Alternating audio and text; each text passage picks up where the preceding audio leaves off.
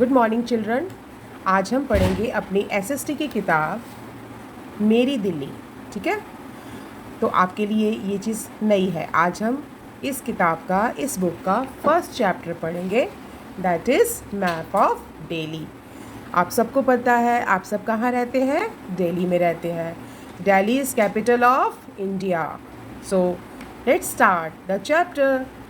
On the next page, a map of Delhi city has been framed. ये देखिए, if you look at this page, आपको यहाँ पर क्या दिखेगा? दिल्ली का मैप। अब बात आती है what is map? मैप क्या होता है? So let's see. A map is like a photograph. आप जब छोटे होंगे, जब छोटे थे तो आपके मम्मी पापा ने आपकी बहुत सारी फ़ोटो खींची होगी। आप भी अपने फ़ोन से बहुत सारी फ़ोटो खींचते हैं। तो फ़ोटो में क्या होता है? होता तो वही चीज़ है, बट उसमें वो चीज़ हमें एरिया से थोड़ी सी स्मॉल दिखाई देती है। जैसे this is a map. Map क्या होती है? एक फ़ोटो है। ये भी एक दिल्ली की एक फ़ोटो है, ठीक है। बट इसमें क्या दिल्ली हमारी इतनी छोटी है? नहीं। मैप में चीज़ों को स्केल के हिसाब से छोटा करके दिखाया जाता है, ठीक है। So let's read. Map is like a photograph. When we see a photograph, everything looks small in size. It is very difficult to show all the houses. अब आप जब नक्शा देखते हैं, मैप देखते हैं, तो क्या इसमें सभी घर एक साथ दिख सकते हैं? नहीं ना, छोटा करके दिखाना पड़ता है। Roads, markets, etc. of the whole of Delhi on the map, and therefore we have tried to show the historical monument. अब यहाँ पर एक शब्द आया है हिस्टोरिकल। अब हिस्टोरिकल का मतलब क्या होता है? हिस्टोरिकल एक ऐसा शब्द है जो हिस्ट्री से जुड़ा हुआ है। हिस्ट्री यानी कि इतिहास। तो हमारी जो दिल्ली है, जो कितनी बार उजड़ी, कितनी बार बनी, उसका एक इतिहास है, ठीक है। और हर इतिहास की एक पहचान होती है, वो पीछे कुछ मार्क्स छोड़ जाता है, मॉन्यूमेंट छोड़ जाता है, जो उस समय बने थे, जिसके बारे में हम आगे के चैप्टर्स में चर्चा करेंगे, ठीक है। And important buildings on the map of Delhi, and you will see the name of 4 directions. अब यहाँ पर अगर हम नक्शे की बात करते हैं, जब हम मैप की बात करते हैं, तो हमें मैप पढ़ना आना चाहिए। और मैप पढ़ने के लिए सबसे पहली चीज़ है कि आपको डायरेक्शंस पता हो। अब डायरेक्शंस के लिए क्या है? एक छोटा सा गाना है, आओ मोहन आओ सीता, चलो बाग की सैर कराएं, होती है क्या 4 दिशाएं, ये हम आज तुम्हें बताएं। मोहन तुम मुँह करो उधर को, जिधर से उगता सूरज जानो, वही दिशा ईस्ट यानी कि पूरब कहलाती, पीठ के पीछे वेस्ट यानी कि पश्चिम आती, ठीक है। अगर आप सन की तरफ फेस करके खड़े हो जाएं, तो जो सन के सामने आपके सामने डायरेक्शन होगी, दैट इज़ कॉल्ड ईस्ट, ठीक है। और आपकी बैक साइड पे कौन सी डायरेक्शन हो जाएगी? वेस्ट, ठीक है। तो मोहन तुम मुँह करो उधर को, जिधर से उगता सूरज जानो, वही दिशा पूरब कहलाती, पीठ के पीछे पश्चिम आती। अब ये 2 डायरेक्शंस तो हो गई। अब बाकी 2 डायरेक्शंस, उत्तर सदा तुम्हारे बाएं। अब इस लड़की का अगर मैं हाथ देखूं तो लेफ्ट हैंड साइड पर है ना, उत्तर सदा तुम्हारे बाएं, यानी नॉर्थ हमेशा लेफ्ट हैंड साइड पे होती है। दक्षिण सदा तुम्हारे दाएं, और नॉर्थ की अपोजिट होती है साउथ डायरेक्शन। कौन सी डायरेक्शन? South direction. पूरब, पश्चिम, उत्तर, दक्षिण होती हैं ये 4 दिशाएं। तो ना, अगर आपने मैप को रीड करना है तो सबसे पहली बात आपको क्या पता होनी चाहिए? डायरेक्शंस, ठीक है। तो अब हम डायरेक्शंस को पढ़ेंगे। कौन कौन सी डायरेक्शन है?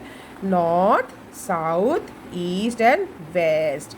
अब अगर हम इस मैप को स्टडी करें तो यहाँ पर ईस्ट डायरेक्शन कहाँ पर है? राइट साइड पर है, ठीक है। और वेस्ट कहाँ है? उसके बिल्कुल ऑपोजिट, यानी कि ईस्ट के अपोजिट है, यानी कि लेफ़्ट साइड पे, ठीक है।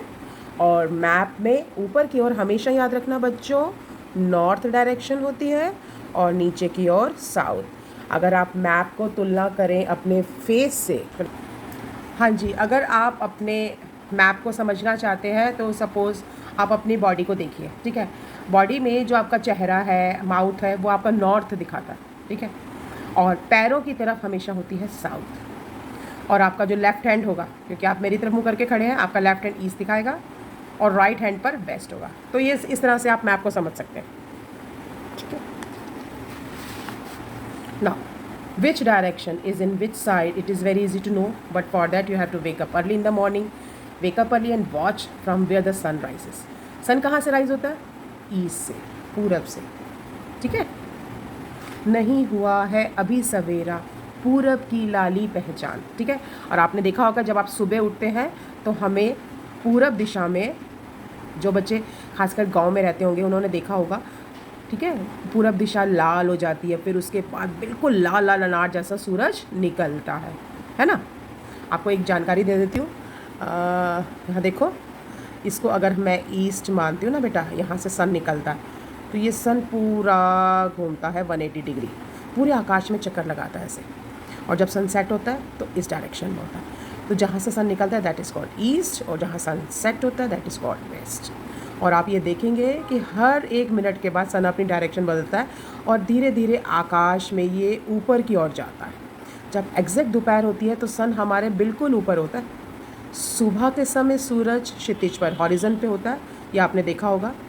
और जो जो दिन चढ़ता है, दोपहर होती है, सूरज आकाश में ऊपर की ओर जाता है और उसका आकार आपने देखा कैसा हो जाता है? छोटा हो जाता है ना। और शाम के समय फिर से ये लाल नारंगी हो जाता है, गोल दिखने में बड़ा। ये क्यों होता है ये आप बड़ी कक्षाओं में पढ़ेंगे। और लाल रंग का हो जाता है, ठीक है, ये आपको पता होना चाहिए। So direction from which the sun is seen is rises is east direction. Now stand towards the sun. The direction behind you is the west. ये मैंने ऑलरेडी बता दिया है। लेफ्ट हैंड साइड पे is the north direction and your right hand side is the south direction, ठीक है। अब ये तो हो गया हमारी बुक का कुछ क्वेश्चंस इंपॉर्टेंट। अब हम स्टडी करते हैं दिल्ली का मैप, कैसे पढ़ना, ठीक है। इसको हम बहुत ध्यान से देखेंगे। जैसा कि मैंने बताया देयर आर 4 डायरेक्शंस। सबसे पहले मैप में क्या पढ़ना आएगा? Directions. So on the right side it's east, left side you will have west, north ऊपर की ओर होती है और साउथ नीचे की ओर होती है। ये तो हो गई डायरेक्शंस। अब आप जब अपनी क्लास में बैठते हैं तो आपके पास बच्चे भी तो बैठते होंगे ना, आपके दोस्त भी बैठते होंगे। ऐसे जो हमारी दिल्ली है इसके भी 2 दोस्त हैं जो उसके पड़ोसी हैं, ठीक है। और ये पड़ोसी कौन से हैं? एक तो है उत्तर प्रदेश, क्या है?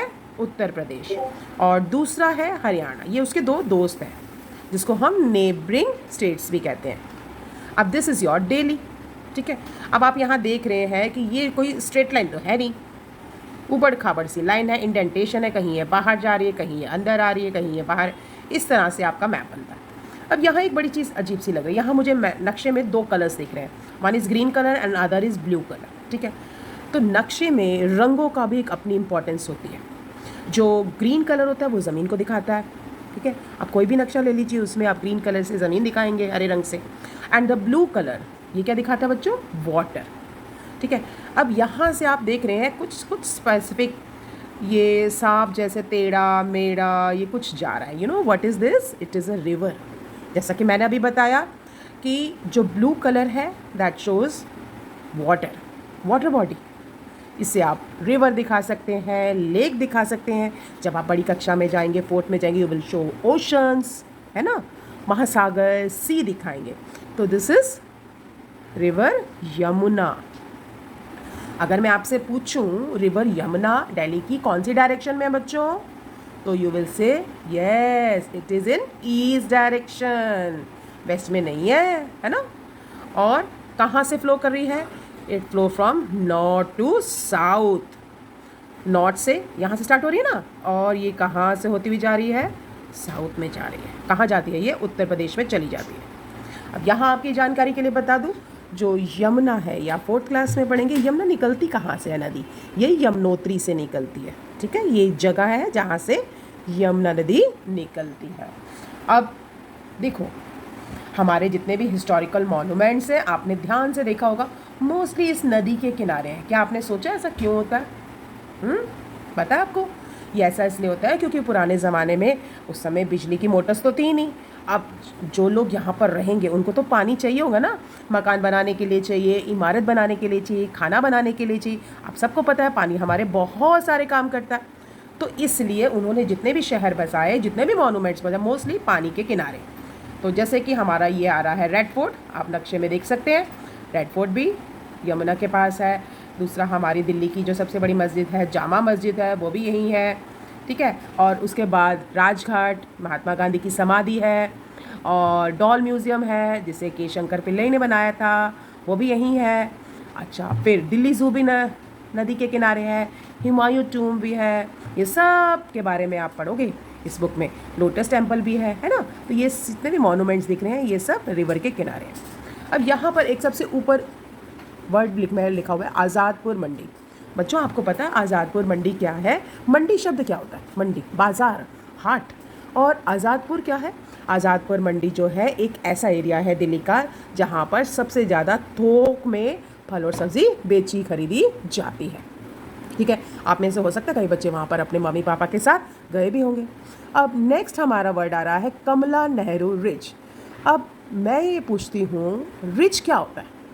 आपको ये पता होना चाहिए। रिज एक ऐसा एरिया होता है बच्चों जहाँ पर पेड़ काटना बिल्कुल मना होता है। आपको पता है ना पेड़ हमारे लिए कितने ज़रूरी हैं। पेड़ों से ठंडक मिलती है, पेड़ हमें बहुत सारी चीज़ें देते हैं, छाया देते हैं, गोंद देते हैं, मेडिसिन देते हैं, रबड़ देते हैं, बहुत सारी चीज़ें हमें पेड़ों से मिलती है, लकड़ी देते हैं।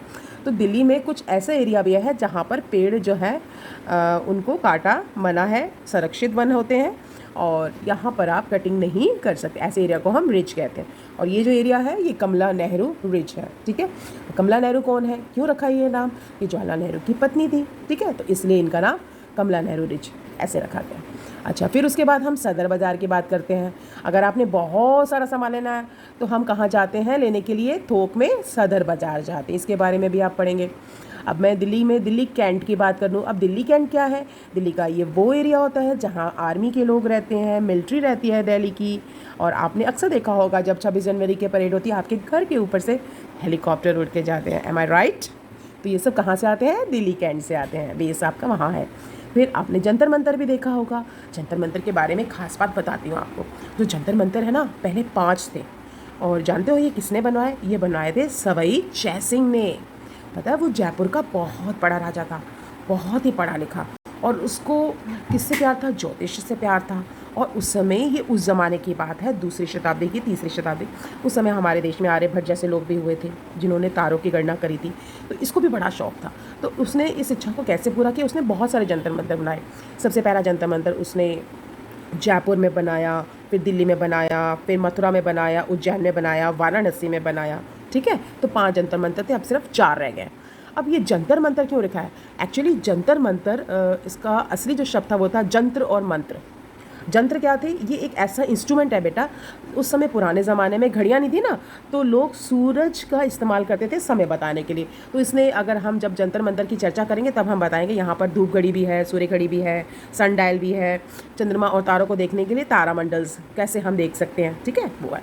तो नेक्स्ट हमारा आता है प्रेसिडेंट हाउस। प्रेसिडेंट हाउस, अब ये प्रेसिडेंट हाउस क्या होता है? इसको हम वाइसरॉय हाउस भी कहते थे पहले। और ये एडवर्ड ल्यूटियंस ने बनाया है, दिल्ली की जिसने संरचना करी थी। और यहाँ पर हमारे देश के माननीय राष्ट्रपति रहते हैं। अब आप मुझे जब ये वीडियो देखेंगे और आप मुझे वीडियो देखने के बाद मुझे बताएंगे हमारे देश के राष्ट्रपति, वर्तमान राष्ट्रपति कौन है। ठीक है, नेक्स्ट आ गया इंडिया गेट। इंडिया गेट भी आपने देखा ही होगा और आप घूमने भी गए होगे, आइसक्रीम भी खाई होगी, पिकनिक पे भी गए होगे। इंडिया गेट जो है फर्स्ट वर्ल्ड वॉर में मारे गए 70,000 जो हमारे सैनिक थे ना, जो ब्रिटिश सरकार की ओर से लड़ने गए थे प्रथम विश्व युद्ध में, ये उनकी याद में बनाया गया है। नेक्स्ट आ गया धौला कुआँ। अब कुआँ था यहाँ पर, उसका नाम था धौला, तो ये जगह प्रसिद्ध हो गई, नाम हो गया धौला कुआँ। रेल म्यूज़ियम, जैसा कि नाम से स्पष्ट है, यहाँ पर पुरानी रेल्स रखी हुई हैं। यहाँ पर बहुत सारी रेलगाड़ियाँ हैं। जहाँ तक मुझे याद है एक कोयले की रेलगाड़ी भी रखी हुई है। और वहाँ पे टॉय ट्रेन में आपको सैर भी कराते हैं। तो कभी मौका मिले तो रेल म्यूज़ियम ज़रूर जाना। नेक्स्ट आ गया कुतुब मीनार। ठीक है, अब अगर मैं मीनारों की बात करूँ तो ये देश की सबसे ऊँची मीनार है। मीनार एक ऐसी इमारत होती है जिस पर आप खड़े हो सकते हैं। इस समय इसकी 5 मंजिलें हैं। कुतुबुद्दीन ऐबक ने बनवाई थी, फिर अल्तमश ने थोड़ी बहुत पूरी करवाई थी। ठीक है, और यह आ गया तुगलकाबाद। तुगलकाबाद कभी दिल्ली का नाम जाना जाता था। जब मैं नेक्स्ट वीडियो बनाऊंगी तो मैं तुम्हें अब अगले वीडियो में बताऊंगी दिल्ली की कहानी। दिल्ली कितनी बार बनी, कितनी बार उजड़ी, वो हम नेक्स्ट वीडियो में चर्चा करेंगे। तो अगर आप ध्यान से देखें तो यहाँ पर एक चीज़ और है, गांधीनगर क्लॉथ मार्केट। तो अगर मैं आपसे पूछूं कि दिल्ली में होलसेल कपड़ों के लिए कहाँ पर सबसे बड़ी मार्केट है, तो आप आंखें बंद करके कह सकते हैं गांधीनगर मार्केट। कहाँ पर है वो? ईस्ट साइड में। ठीक है, जब आप मेट्रो से जाते हैं, क्रॉस करती है हमारी मेट्रो, तो आपने देखा होगा वो पुल के ऊपर से जाती है। अक्षरधाम मंदिर भी आपने देखा होगा, नदी के पास ही दिखता है ना। तो आप ये कह सकते हैं कि आज़ादपुर मंडी जो है वो नॉर्थ साइड पर है, और साउथ साइड पर हमारा कुतुब मीनार है, तुगलकाबाद है, रेल म्यूज़ियम है। अब एक और बात है, अगर आप दिल्ली में रहते हैं और दिल्ली से बाहर जाना चाहते हैं, खासकर एरोप्लेन से, तो आप कहाँ जाएंगे? आप जाएंगे एयरपोर्ट पर, और इंदिरा गांधी इंटरनेशनल एयरपोर्ट ये वो एयरपोर्ट है जहाँ से दूसरी जगह पर जाने के लिए प्लेन्स पे बैठा जाता है। यहाँ प्लेन्स आते हैं, लोग आते हैं, सामान उतारा चढ़ाया जाता है। तो ये सब हमारी दिल्ली के बारे में है, ठीक है। और ये देखो नॉर्थ डायरेक्शन मैंने दिखा रखी थी ऊपर, तो आप अच्छी तरह से आपको समझ में आ गया होगा आज का चैप्टर। Thank you.